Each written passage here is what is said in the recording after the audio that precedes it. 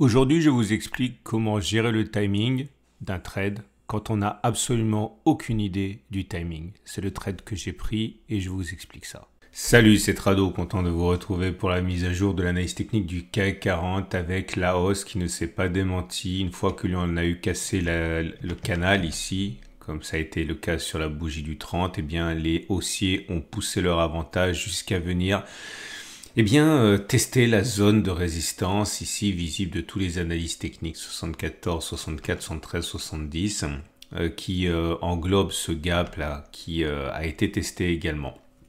Ce serait vraiment étonnant que l'on ne le comble pas complètement. Vous savez, les gaps ne sont pas toujours comblés. D'ailleurs, je vais vous en montrer. Hein, regardez, parce que c'est une croyance que les gaps sont toujours comblés. Regardez ici, il n'a pas été comblé. C'était à 6260. Le sera-t-il jamais? On ne sait pas. Regardez des gaps non comblés. Vous en avez un aussi ici. À 2021 à 5490 et je doute franchement qu'il soit comblé un jour. Et bien, il y en a d'autres, des comme ça. Regardez, là, vous avez un gap. Vous avez toujours des gaps qui sont pas comblés. Ok. La question, c'est de savoir s'il le sera ou pas. Et là, je pense que c'est toujours la même chose. Si plus on se rapproche d'un gap, puis la tentation est d'aller le combler puisque ça fonctionne comme un objectif de prise de profit ou de trading. Et là, je pense encore une fois qu'il me semble plausible qu'on le comble. Alors, ça serait bien parce que ça nous donnerait le sentiment du travail bien fait avant une éventuelle attaque baissière pour notamment aller chercher cette zone qui m'intéresse, celle des 71,00, 110,00. Là aussi, il n'y a aucune raison pour qu'on aille la chercher, cette zone. On peut très bien continuer de monter avant de retourner la chercher. Regardez, là, on avait une zone équivalente ici, vous voyez, une impulsion forte comme on a connu ici, avant de revenir sur la zone de congestion qui est là. Ça a pris du temps, ça a pris même beaucoup de temps. Mais je pense qu'on va y aller. C'est pour ça que j'ai construit un trade à la baisse. J'y reviendrai un petit peu plus tard. Dans les médias, je vous propose d'enlever le canal parce que plus c'est épuré, mieux c'est.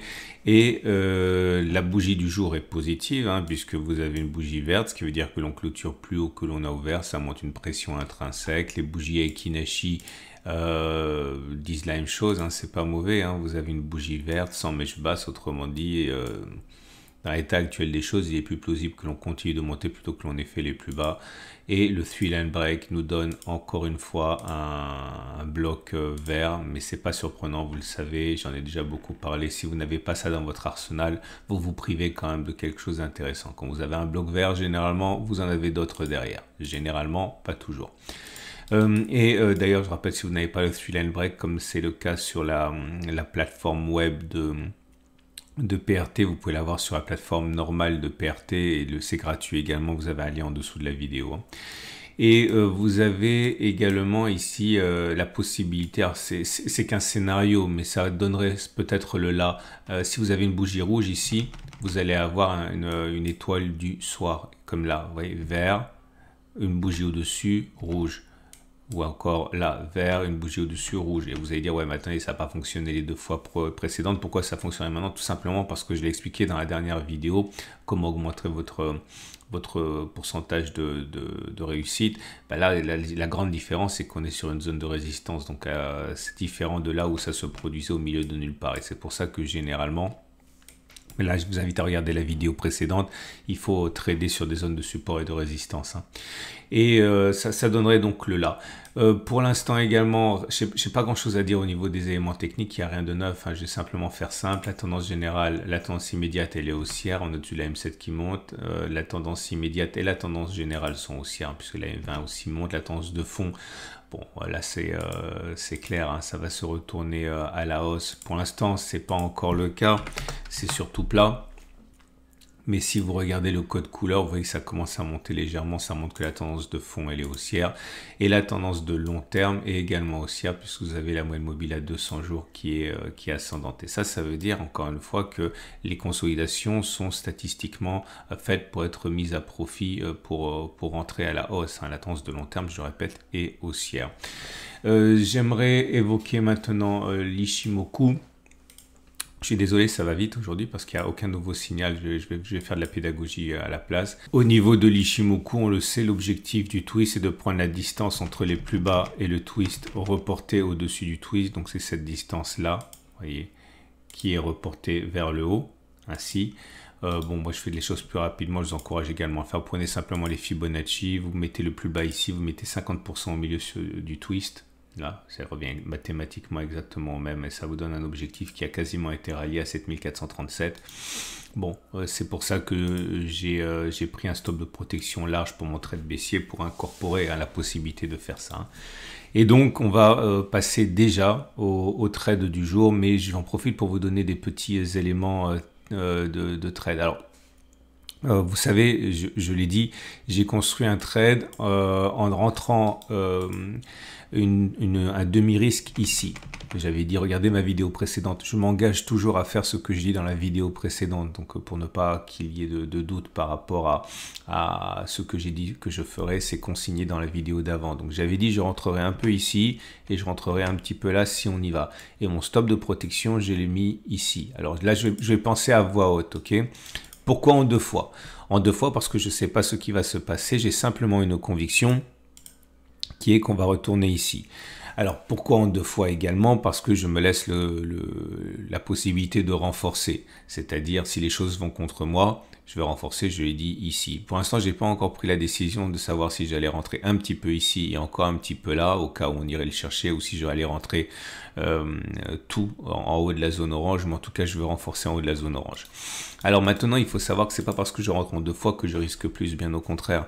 Ok, il y a quelque chose qui est vraiment intangible chez moi, c'est que je ne risque jamais plus que X% de mon capital dans un trade. Alors quand on débute, j'encourage à prendre, allez, entre 0,5 et 2% de risque. À titre personnel, c'est dans la plupart des trades que je fais 0,5% de risque. Ça veut dire que sur la position que j'ai prise là, je vais prendre un exemple. Imaginons que j'ai un capital de 10 000 euros. Ok, si je prends 1% de risque, ça veut dire que si ce trade perd, j'aurais perdu 100 euros.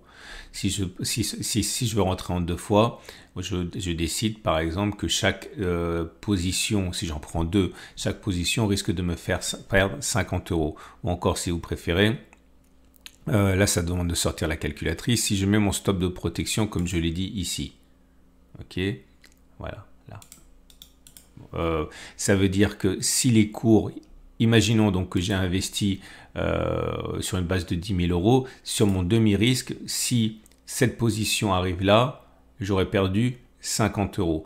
Et si la position que je prends ici arrive sur 7652, j'aurais perdu aussi 50 euros. Donc ça veut dire que je perds en tout 100 euros, c'est-à-dire qu'en tout je perds 1% de mon capital. Mais attention, par construction, la position que je prends là sera plus lourde que la position que je prends là, puisque dans les deux cas, je perds 50 euros, alors même que j'achète à un meilleur prix ici. Donc ça veut dire, c'est une image simplement, imaginons je vais simplement acheter de l'eau ici, et là je vais en acheter 3. Okay, parce que dans les deux cas, j'aurais perdu la même somme, mais je risque moins sur la deuxième position parce que je suis plus proche de mon stop de protection. Mais au bout du bout, ce que vous devez comprendre, c'est que 1, je rentre en plusieurs fois parce que je me laisse la possibilité de voir les cours évoluer contre moi. 2, mon stop de protection, il est inamovible, hein, je ne le change pas au fur et à mesure. 3, je perds de toute manière la même chose, que ce soit 0,5% ou 1% ou 2%. Tout dépend de la qualité de vos signaux et de la réussite historique que vous avez. Ok, ça dépend, j'ai des stratégies à 0,5%, j'ai des stratégies à 2% de risque de mon capital. Mais voilà ce que j'ai fait. Au-delà, je vous rappelle également que comme c'est un trade plutôt au long cours, si vous décidez de trader avec des CFD ou des Turbo 24, faites attention de ne pas vous faire grignoter complètement par le temps d'investissement. Par exemple, si vous êtes un fan de CFD et que votre broker le permet, comme IG, n'achetez pas des CFD au comptant. Acheter des CFD à échéance, ça coûte un petit peu plus cher à l'achat, mais vous ne perdez pas d'argent lorsque le trade traîne en longueur. Ça, c'est très important, mais tous les brokers ne le proposent pas, les CFD à échéance. Mais il faut le faire, hein. Il faut tenir compte d'un trade qui peut prendre un mois éventuellement. Ok ? Voilà, je voulais dire ça. Bon, c'est terminé. L'idée, bon, vous l'avez compris, j'ai acheté un peu ici, j'achèterai un peu là, j'ai un stop ici. Si vous êtes acheteur, par contre, je ne rentrerai pas maintenant. On est sur une résistance. Le risque, il est trop important. Pourquoi le risque est trop important? Parce qu'un scénario est valable tant qu'il n'a pas été invalidé.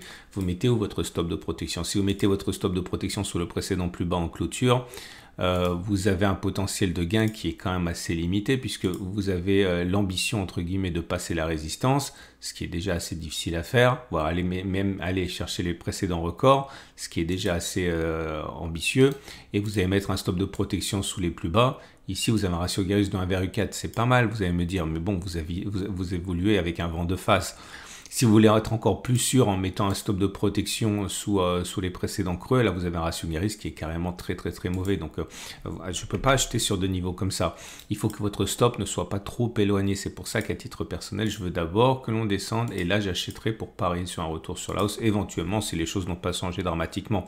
Parce que pour un même objectif, vous voyez bien que l'objectif, il vous rapporte 8%, on va dire, 8%, c'est ça avec un stop de protection. Ici, vous avez un ratio Gay-Lussac bien meilleur et encore plus si vous prenez un stop de protection court. Donc voilà, c'est pas parce que vous savez ce qui va se passer, vous pensez que vous devez prendre les trades. Il faut ensuite regarder le fait que vous ayez une stratégie qui a été backtestée, qui fonctionne et que vous ayez un stop de protection. Le stop de protection ne se met pas à un endroit arbitraire, il doit se mettre sous un support normalement. Ok, voilà. C'est terminé pour moi aujourd'hui. Je vous rappelle un truc très important. Si vous avez loupé le train de l'or, regardez, c'est très important. L'or vient d'inscrire un record historique. Il n'a jamais coté plus haut qu'il vient de le faire vendredi. Ok, on n'a jamais fait ça. Ok, donc si vous êtes intéressé par les perspectives de l'or, ce que pourrait faire l'or en 2024 après avoir connu une année 2023 historique, j'ai fait une vidéo sur les perspectives de l'or, de l'argent, de Bitcoin, etc. pour l'année 2024. Je mets le lien en dessous de la vidéo, ça pourrait vous intéresser, notamment si vous voulez rentrer tout de suite ou plus tard après une consolidation. Mais bon, on peut pas ignorer que l'or est sur une pente extrêmement favorable pour l'instant, lien en dessous de la vidéo. Excellente journée, à tout de suite pour d'autres vidéos.